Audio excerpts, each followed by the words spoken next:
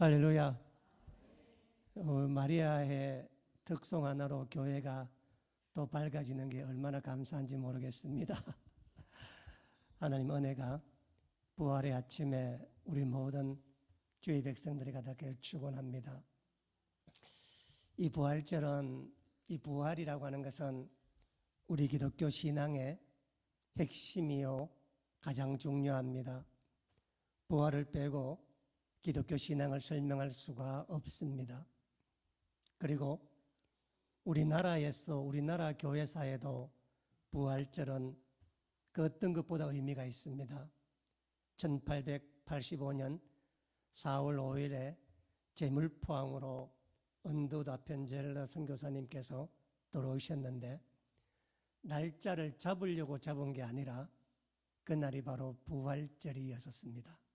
하나님께서 미루고 환경을 바꾸고 해서 이 땅에 그 두 분의 선교사가 첫 발을 내디는 날을 부활절로 삼은 것은 우리 하나님께서 이 땅 백성들에게 부활의 소망을 주시기 위함이었다, 저는 믿습니다.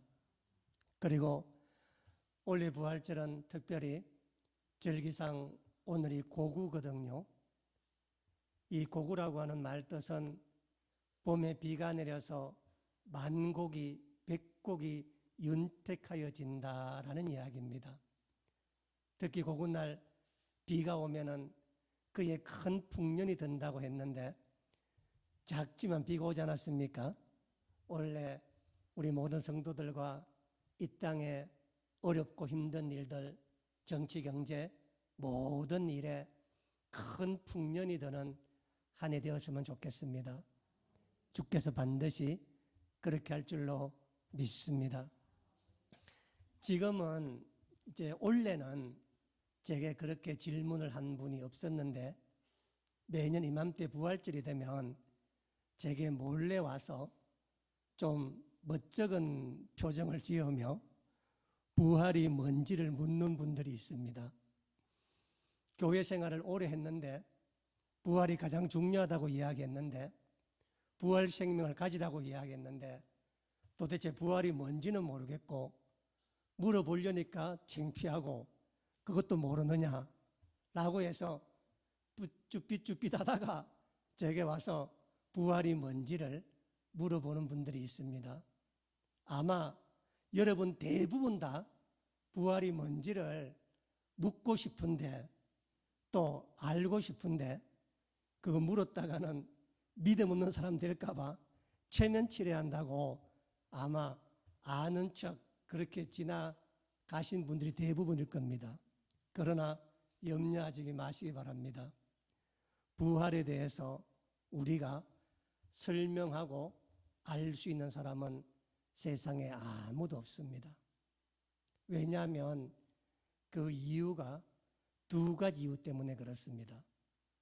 첫 번째는 성경 어디에도 부활에 대한 설명이 나와 있지 않습니다. 왜냐하면 그 부활 현장에 초대받은 참여한 사람이 아무도 없기 때문에 그렇습니다. 성경에서 부활의 증거로 내세우는 것은 딱 두 가지뿐입니다. 하나가 빈 무덤이었다는 겁니다. 그러나 빈 무덤이 부활의 증거는 될 수 없지 않습니까? 두 번째는 부활한 주님을 4번 만났다는 겁니다. 그러나 부활한 주님을 4번 만났다고 하는 것이 부활이 무엇인지를 설명해 주지는 않습니다. 그래서 첫 번째, 부활에 대한 설명이 성경에 없고, 부활하는 그 현장에 직접 본 증인이 사람 가운데는 한 명도 없기 때문에 그 부활을 설명할 수가 없습니다. 그러니 여러분들이 부활을 모르는 것은 너무도 당연한 얘기라는 겁니다. 두 번째, 우리가 오늘도 계속 이야기하지만 사망 권세, 죽음을 깨뜨리시고 부활했다고 이야기하잖아요. 그렇죠? 그래서 부활은 지금 저와 여러분과 같은 지금의 생명으로는, 우리가 지금 살아있다고 말하는 이 육신으로는 부활을 절대 경험할 수 없습니다.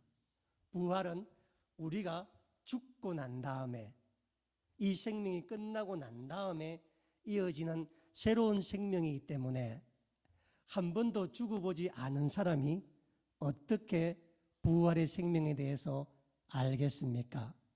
그래서 부활은 아는 게 아니라 하나님의 은혜로 믿는 것입니다.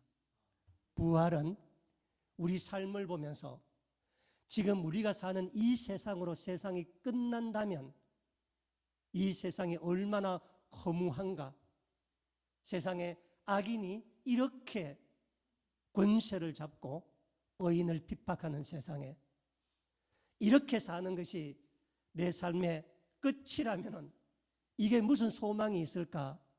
하나님께서 반드시 이 생명과 다른 생명을 우리에게 주실 거라는 믿음이 부활에 이르게 하는 첫 발걸음입니다.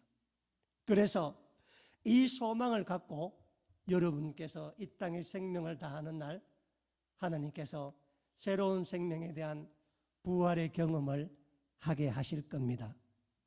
그럼에도 불구하고 여러분께 굳이 알아들을 수 있는 말로, 여러분과 이렇게 한번 소통해 볼 수 있는 말로 목사로서 부활이 뭔가를 비유로 굳이 설명을 해보자면 저는 이렇게 설명해 줄 수 있습니다. 부활은 무엇인가? 씨앗과 꽃과의 관계입니다. 씨앗과 꽃은 분명히 유전적으로 한 몸이지만 씨앗이 있는 세상과 꽃이 있는 세상은 질적으로 완전히 다른 세상입니다. 씨앗은 땅 속에서 있는 게 씨앗의 세상이고 꽃과 열매와 나무와 잎은 땅 위에서 올라져 와 있는 세상입니다. 그러니 씨앗과 꽃은 틀림없이 한 몸이지만은 하나에서 나온 것이지만은 질적으로 완전히 다른 겁니다.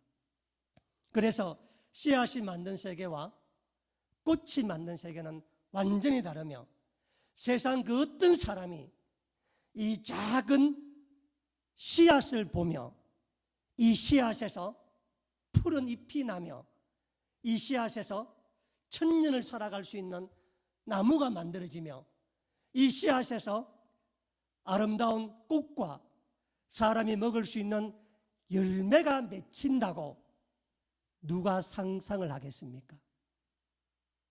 그 작은 씨앗에서 지금 우리가 보는 세상 모든 만물은 바로 그 작은 씨앗에서 출발을 한 겁니다. 사람도 마찬가지입니다.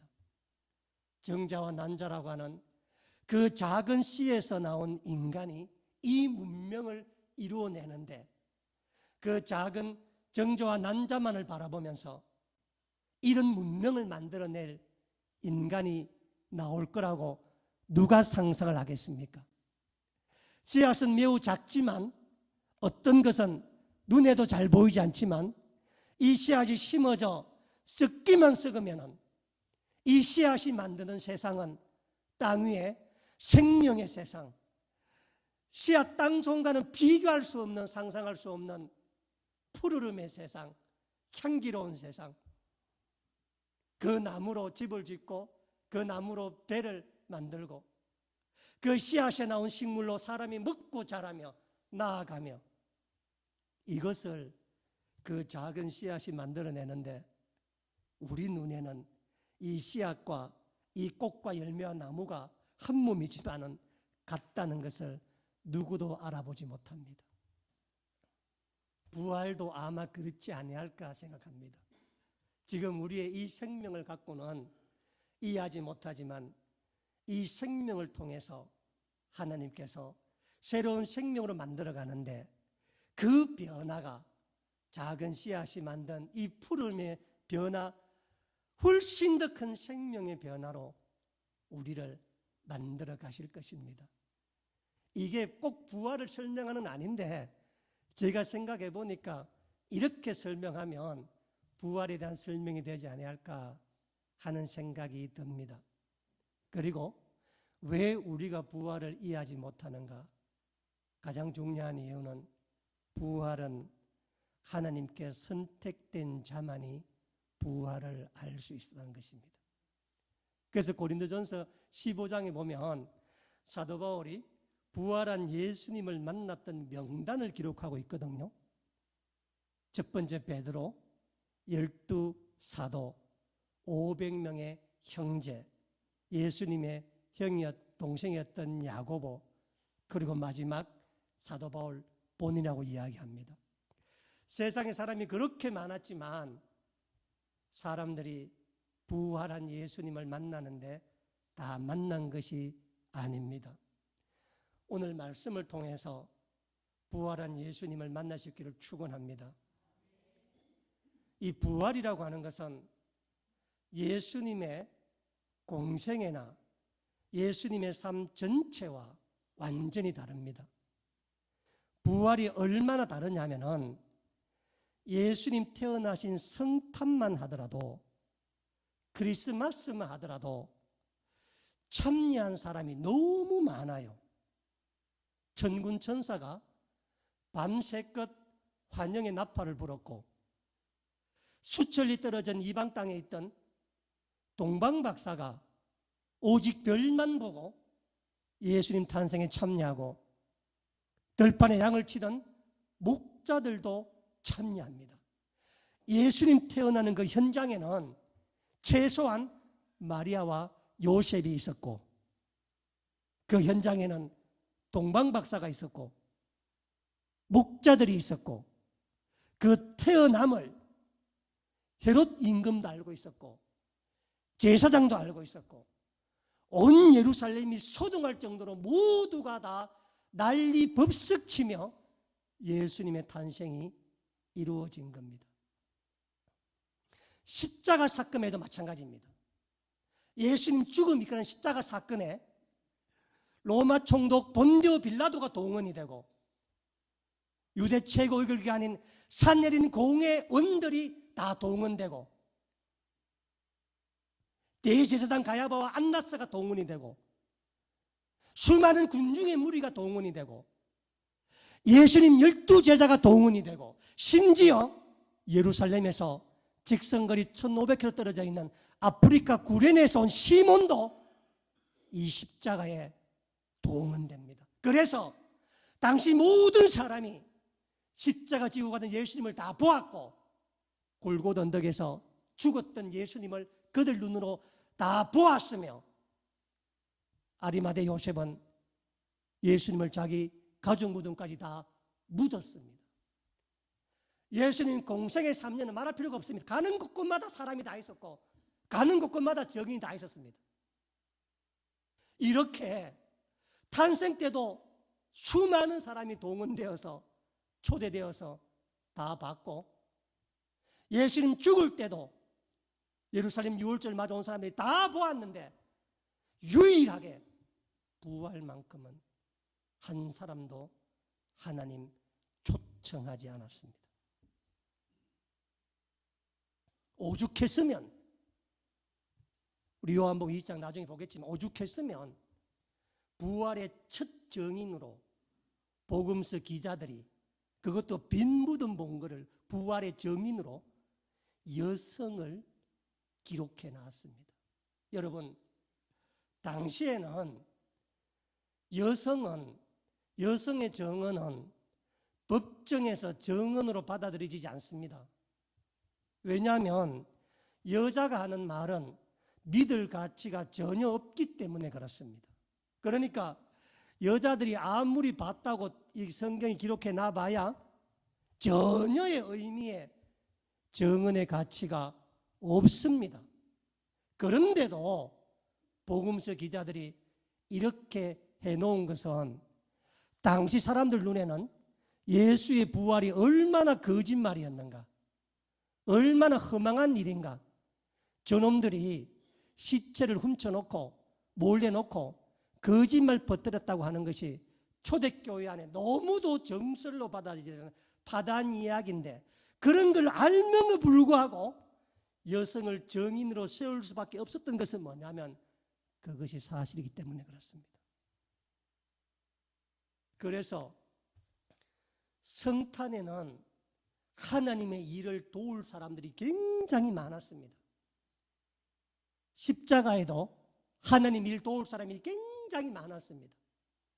그러나 부활에는 하나님 홀로 하셨습니다. 그 문 밖에, 무덤 밖에 로마 병정들이 있었지만은 아무도 몰랐고 알지를 못했습니다. 그래서 제가 자주 이야기하잖아요. 하나님이 세상에 홀로 하신 일은 창조와 부활뿐입니다. 홍해를 가를 때도 모세의 손을 빌려야 가릅니다. 예수님 태어날 때도 마리아의 배를 빌려야 되는 일인데, 이 부활만큼은 하나님께서 사람의 손과 도움과 초대를 전혀 하지 아니하고 하나님 홀로 하셨습니다. 왜냐하면 지금 우리의 이 몸으로는 보아도 알 수 없기 때문에 그렇습니다. 그 대신 예수님께서는 부활하시고 난 다음 자신의 모습을 4번을 보이십니다. 먼저 20장 1절에 보면 한번 보세요. 안식 후 첫날, 지금 오늘 아침입니다. 안식 후 첫날이니까 오늘 아침에 일찍이 막달라 마리아가 무덤에 갔거든요. 가서 막달라 마리아가 빈 무덤을 보고 뒤에 돌아가서 11절 이하에 보면, 14절 보면은 예수님을 만납니다. 이게 우리 복음서 전체에서 첫 번째로 예수님을 만나는 이야기고, 그 빈 무덤 이야기를 제자들에게 이야기했지만 제자들 알지를 못합니다. 그리고 두 번째가 뭐냐? 19절 보세요. 그날 저녁, 오늘 저녁입니다. 같은 날 저녁에 제자들이 마가의 다락방에 모여 있었는데, 거기에 예수님께서 문도 다 잠겨 있는데 호련히 예수님께서 오셔서 당신이 너희와 다른 부활한 몸임을 말해줍니다. 그런데 그날 누가 없었어요? 도마가 없었어요. 그래서 도마가 못 믿다고 이야기를 하니까 26절 보면 그로부터 8일이 지나서 예수님께서 다시 나타나셔서 도마에게 상처를 만져봐라. 내가 진짜 예수다. 진짜 부활했다. 이렇게 이야기를 하시고, 마지막 4번째가 오늘 우리가 보았던 21장 디베라 바닷가에 만났습니다.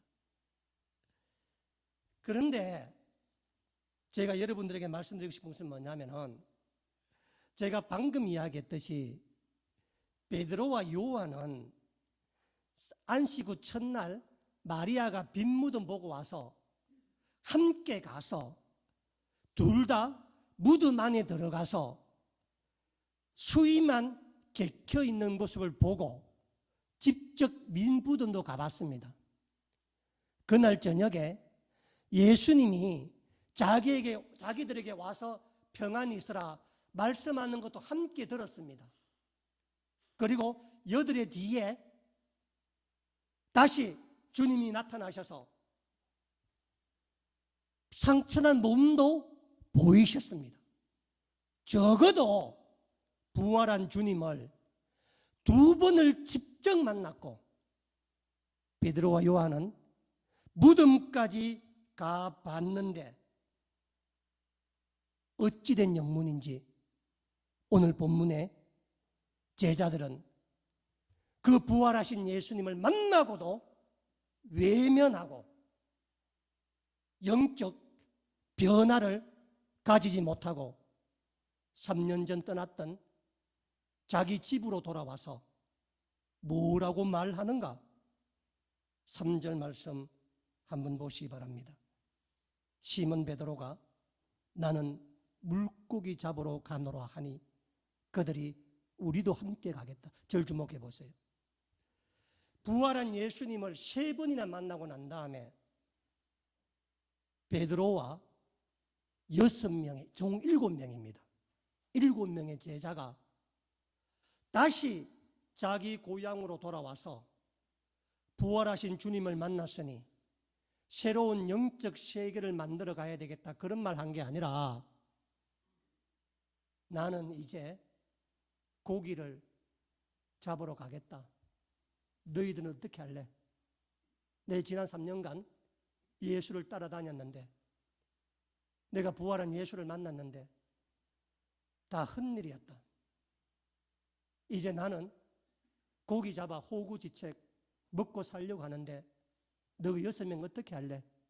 알아서 해라 라고 하니 6명도 우리도 그럼 함께 고기나 잡으며 삽시다, 이 말입니다.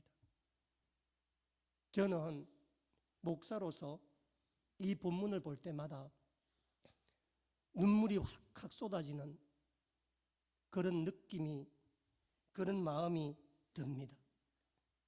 분명히 부활한 주님을 직접적으로 2번이나 만났는데,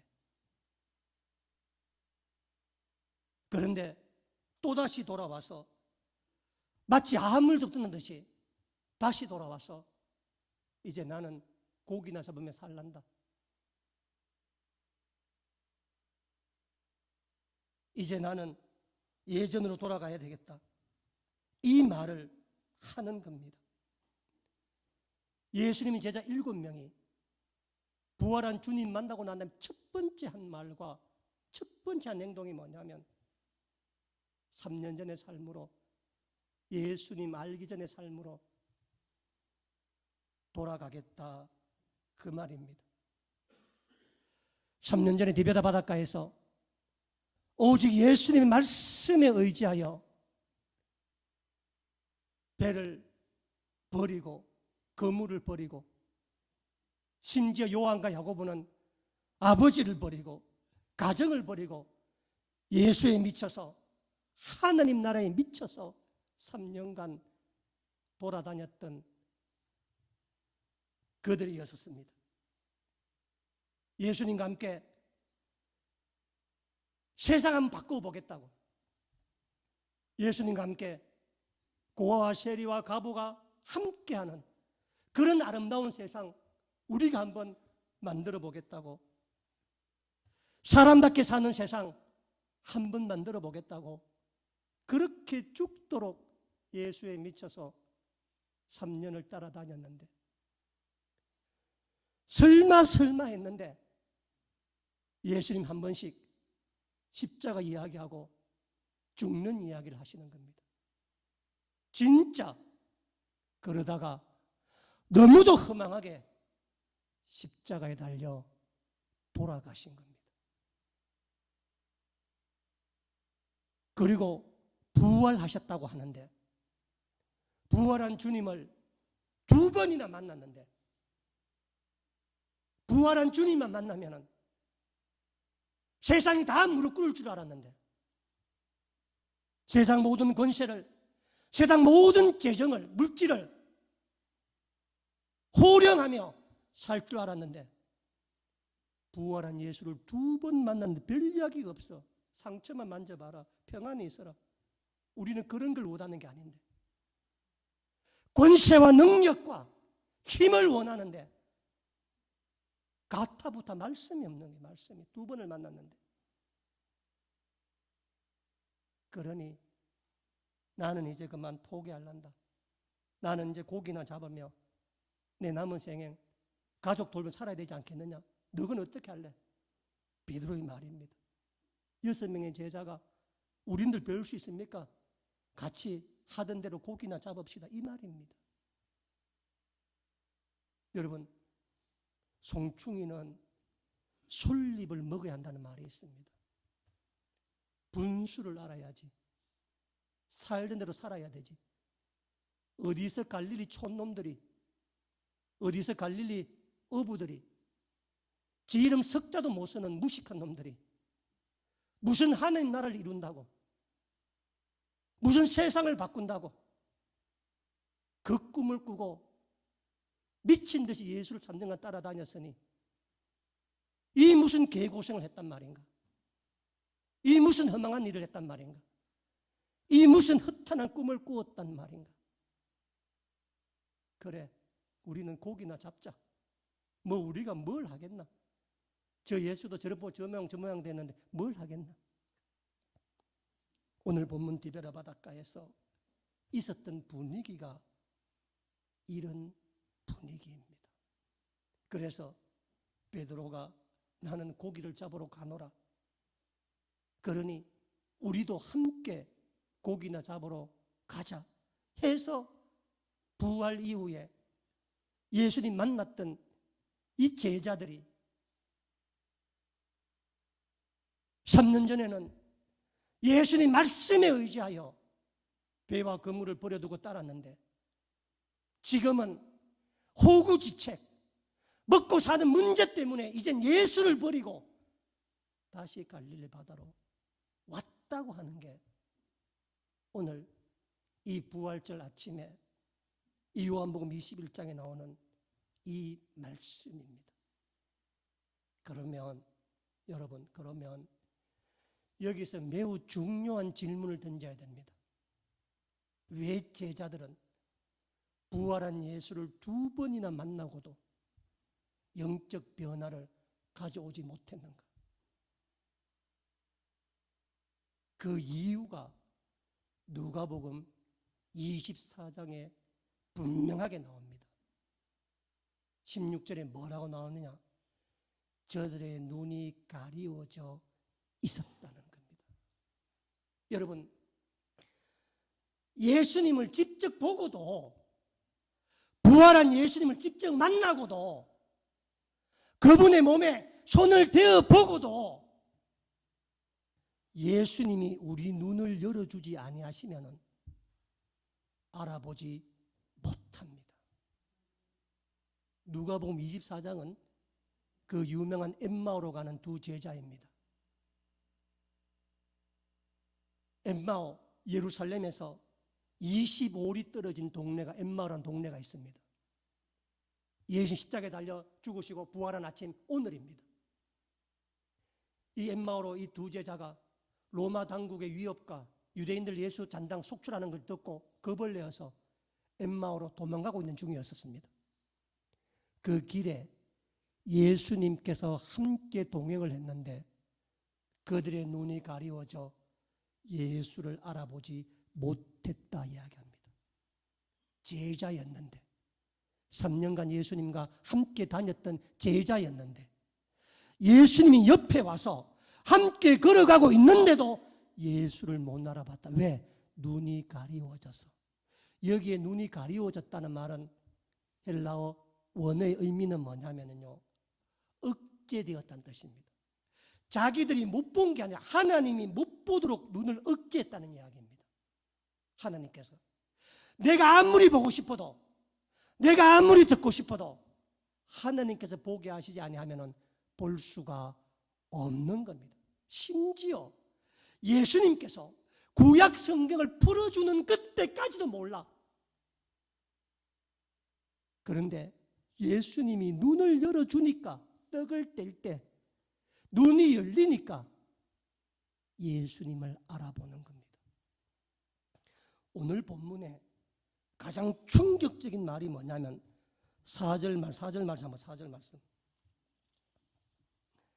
날이 새어갈 때에 예수께서 바닷가에 서서나 줄치세요. 제자들이 예수이신 줄 뭐였다고? 알지 못하는지라. 이게 말이 되는 이야기입니까 지금?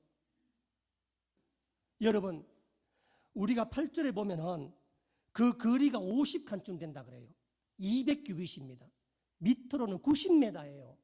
여러분, 예수님께서 90m 저 앞에 계시는데 제자 7명이 아무도 알아보지 못했다는 거. 심지어 5절에 보면 예수님께서 얘들아 고기가 있느냐라고 음성을 들려주었습니다. 그 음성을 듣고 제자들이 없나이다 대화를 나눕니다. 예수님께서 배 오른편에 그물을 던져라. 그 말 듣고 순종까지 하면서도 뭘 못 알아봐? 예수를 못 알아봅니다. 90m 새벽이 어두우니까 그렇다 칩시다. 그러나 3년간 동고동락했던 예수님과 대화를 나누며 음성을 듣는데 한둘이야 그물질한다고 지쳐서 못 알아듣는 수 있다고 하지만 7명 전원이 예수님과 이 대화를 나누면서 깊은 데로 오른편에 던져라 여기 있느냐 없습니다 나누면서도 뭘 몰라서? 예수님인 줄 아무도 몰라요. 예수님인 줄. 하물며 우리가 알아보겠습니까? 예수님인 줄. 하물며 여러분들이 부활을 알아보겠습니까? 그러니 부활이 뭔지를 모르는 게 너무 당연한 거고 아는 게 이상합니다. 아는 게 몰라요. 몰라 아무도. 이 얼마나 예수님께서 머리 기가 막혔겠습니까? 그런데 7절 말씀에 보면은 정말 놀라운 이야기는 7절에 예수께서 사랑하시는 그 제자가 베드로에게 이르되 주님이시라. 여러분 인류 역사상 인간으로 예수님께서 자기를 신분을 밝히지 않았는데 예수의 특별히 무슨 떡을 떼는 그런 걸 하지 않았는데 오직 자기 스스로 부활하신 예수님을 알아본 첫 번째 사람이 요한입니다. 왜냐하면 예수님께서 딱 2마디 하셨거든요.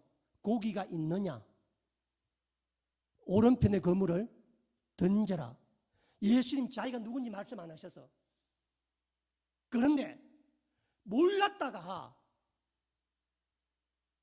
첫 번째로 사람의 눈이 자기 스스로 성령에 의해서 밝아져서 부활한 예수님을 첫 번째 만난 사람이 요한인데 이 요한이 사도 가운데 나이가 제일 어린 사람입니다.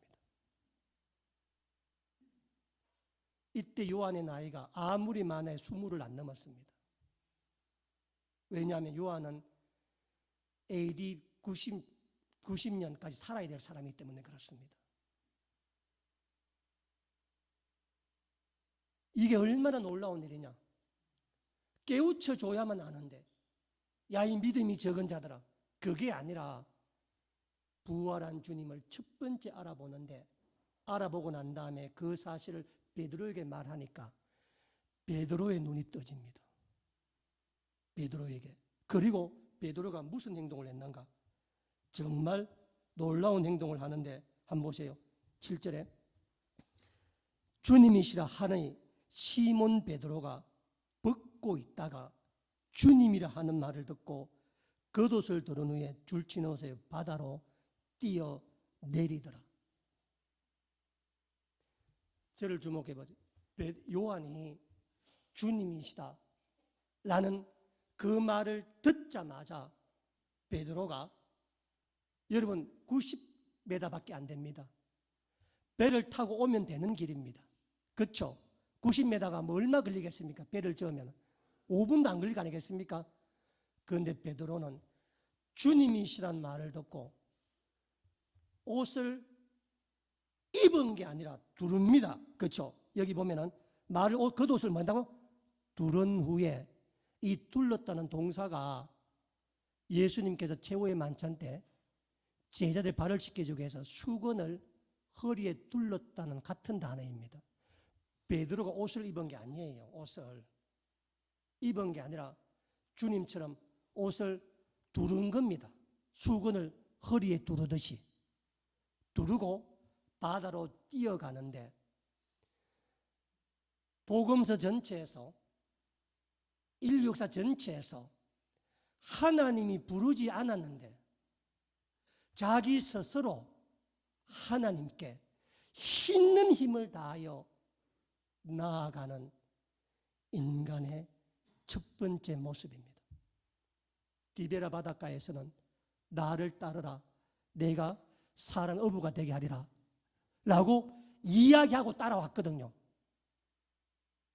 그런데 이 장면은 예수님께서 베드로에게 오라 말하지 않았습니다. 베드로가 주님이시라는 그 말을 듣는 순간 동시에 옷을 들은 후에 바다로 뛰어 헤엄을 쳐서 예수님께 나아간 겁니다. 그 짧은 시간을 베드로가 견디지 못하고 예수님께 나아가는데, 예수님과 제자 사이에는 갈릴리 바다가 있었는데 베드로가 그 바다에 뛰어든 겁니다. 여러분, 복음서를 보면 예수님과 제자의 차이를 가장 극명하게 드러내는 게 갈릴리 바다입니다. 복음서에서 갈릴리 바다에 뛰어들 수 있는 분은 주님뿐이고, 걸을 수 있는 분은 주님뿐이고, 호통칠 수 있는 건 주님뿐이며, 그곳에 귀신 들린 돼지를 몰아넣을 수 있는 건 주님뿐입니다. 어부임에도 불구하고 제자들은 늘 바다가 무서워서 배 밖에서 한 발짝도 못 움직여. 바람이 불면, 폭풍이 치면 전부 두려워서 배 안에서 발을 동동동 구르고, 마태복음 14장에 보면은 밤 사경에 예수님께서 갈릴리 바다를 걸어오시는데 유령이라고 말을 하면서 주님이시거든 나를 걷게 해달라. 바다 위에 바다에 발을 내리다가 바람 부는 거 보고 겁이 나서 물에 빠지니 왜 이렇게 의심하느냐, 믿음이 적은 자요. 그렇게 했던 갈릴리 바다를 지금 누가 뛰어들었다고? 베드로가 마침내 그 바다에 뛰어듭니다. 주님 도움 아니더라도, 주님 내 손 안 잡아주더라도 이제 내가 작은 예수가 되어서 나도 갈릴리 바다를 다스릴 수 있다. 나도 폭풍우 치는 저 세상을, 나도 이 파도 치는 이 세상을 이제 주님 없이도, 주님을 알아보는 것만으로도, 주님 저 멀리 있는 걸 보는 신앙 고백만으로도 나는 이제 이길 수 있다. 나는 승리할 수 있다. 나는 나아갈 수 있다. 그래서 그렇게 무서웠던 갈릴리 바다, 그렇게 파도치던 갈릴리 바다, 예수님을 흔들어 깨워서 살려달라고 했던 그 갈릴리 바다를 베드로가 마침내 뛰어들어간 겁니다. 더 이상 파도도 풍랑도 나를 막을 수 없다는 겁니다. 우리 성경에는 왜 그 단어가 생각되는지 모르겠지만 성경 원어에 보면요, 바다로 뛰어들들 앞에 스스로라고 하는 원어가 있습니다. 스스로. 불러서 간 게 아니라 자기 스스로 예수님을 먼저 보고 뛰어가 물에 들어가 있는 힘을 다해서 자기 힘껏 다해서 예수님께 나아가는 이 베드로의 모습이야말로 부활에 대한 증거입니다. 부활에 대한 변화입니다. 그래서 지난 2000년간 교회가 세상에 부활의 증거를 대라 그토록 많이 말할 때 내놓은 유일한 증거가 뭐냐면 불과 50일 만에 바뀌었던 제자 공동체입니다.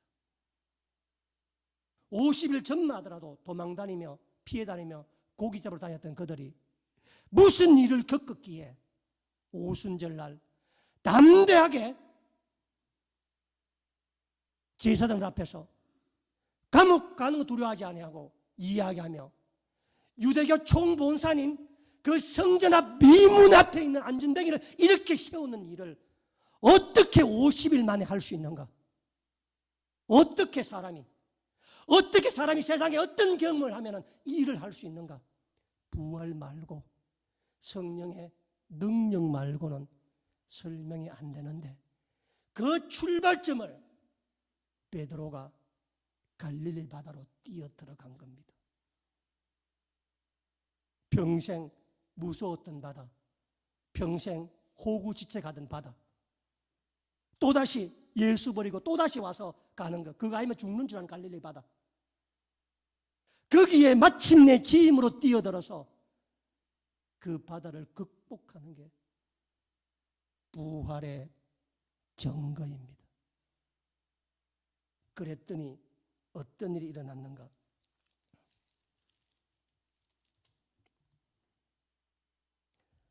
12절 말씀 보세요. 예수께서, 이제 전부 다 나왔습니다. 예수께서 이르시되 와서 조반을 먹으라 하시니 제자들이 주님이 누구신 줄 줄치세요 아는 거로. 여러분, 성경에 부활 이후에 첫 번째 제자들이 알았다는 단어입니다. 여러분 20장 가보시면 20장 보세요. 20장에 보면요 2절 말씀 보세요. 시몬 베드로와 예수께서 사랑하시던 그 다른 제자들에게 달려가서 말하되 사람들이 주님을 무덤에서 가져다가 어디에 두었는지 우리가 뭐 한다고요? 알지 못한다. 자, 9절 말씀 보세요. 9절 말씀에 20장 9절에 그들은 성경에 그가 죽은 자 가운데서 다시 살아나야 하리라 하신 말씀을 뭐 한다고? 아직 알지 못하더라. 14절에 이 말을 하고 뒤를 돌이켜 예수께서 계신 것을 보았으나 예수이신 줄 많다고요? 알지 못하더라. 그런데 마침내 뭐 한다고? 예수이신 줄 아니 누구도 그분이 누군지를 묻는 자가 없더라. 이날 이 경험 후에 이 제자들이 오순절날 성령의 마가의 다락방에서 불을 받습니다. 이 경험 후에. 그리고 그들의 이 경험이 그날 그 오순절날 그 120명의 성령에 받았던 그 일이 2000년 지난 전 세계 생명의 부활에 말씀을 주는 단초가 된 겁니다. 여러분들도 하나님께서 눈을 열어주실 것입니다. 내 평생 신앙생활 한다고 아는 게 아니에요. 내 눈으로 보는 게 아니야. 내 귀로 듣는 게 아니야. 옆에 와서 아무리 봐도 몰라. 그런데 하나님께서 요한처럼 어느 순간에 주님이시다 마음에 열어주십니다. 그럴 때 여러분들에게 오순절날 성령의 역사가 일어나는 거라. 주님은 그 부활절날 자기를 알아본 제자들, 자기가 부른 제자가 아니라 자기를 스스로 알아본 그 제자들과 함께 부활 이후에 첫 번째 한 일이 바로 식사였었습니다. 그래서 부활절날 성찬식을 우리가 모든 교회가 성찬식을 하는 겁니다. 오늘 우리가 성찬을 나눈다고 하는 것은 부활한 주님의 이 갈릴리 바다에서 내 눈이 열어져서 주님이 주님이심을 알아보는 겁니다. 그러면 내가 주님이 주님인 줄 알아보면은 그 주님께서 그 하찮은 음식, 숯불에 구운 생선과 그 떡 하나 내어 놓아도 그 이전에는 부활한 주님 만나면 세상 권세가 된 데 끈 줄 알고 있고 세상 다 내 무릎 꿇는 줄 알고 있고 오직 그것 때문에 따라다녔다고 믿었는데 그 부활한 주님이 내 눈이 열려지니 그 갈릴리 바닷가에 보잘것없는 식탁에서 예수님께서 앉아서 숯불에 불을 구우시는 그 음식을 먹고 제자들이 전부 다 예루살렘으로 갑니다. 열왕기상 19장에 그 엘리야가 지쳐 쓰러졌을 때 하는 천사를 보내주셔서 머리를 쓰다듬으며 엘리야 엘리야야 일어나라 일어나라 먹고 힘내라. 우리가 어릴 때 아플 때 우리 어머니도 그랬습니다. 나한테 아파 있으면은 인수야 일어나라. 아프지만 이거 먹고 자라. 힘을 내어라. 그 어머니의 그 사랑에 우리가 일어선 거 아닙니까? 무슨 어머니가 무슨 부귀성찬 무슨 돈을 갖다 주고 그래가 일어선 게 아니지 않습니까? 우리가 그 사랑에 힘입어서 그 마음에 힘입어서 일어선 겁니다.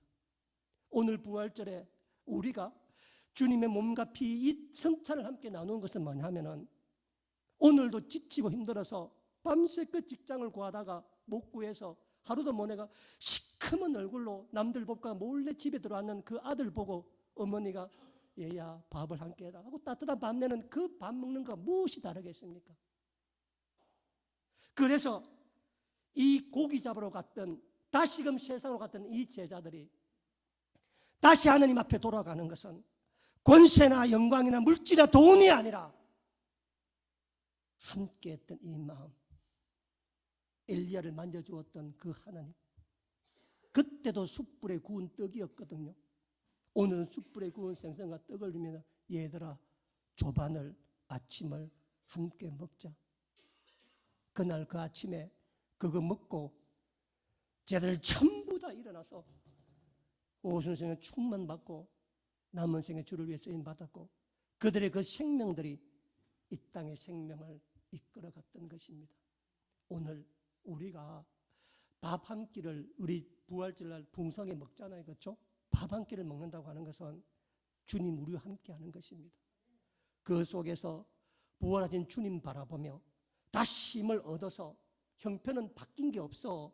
부활한 주님 만나도 여전히 로마 병정들과 계속 힘들게 한다고 우리를. 그러나 우리는 하나님의 생명을 나눈 사람들입니다. 우리는 부활의 소망을 가진 사람들입니다. 어떤 환경과 어떻게 힘들어도 다시금 일어나 나갈 수 있는 이 성찬과 이 부활을 통해 온전하게 주님 맡기신 오순절까지 달려가는 우리 모두를 축원합니다. 기도하겠습니다.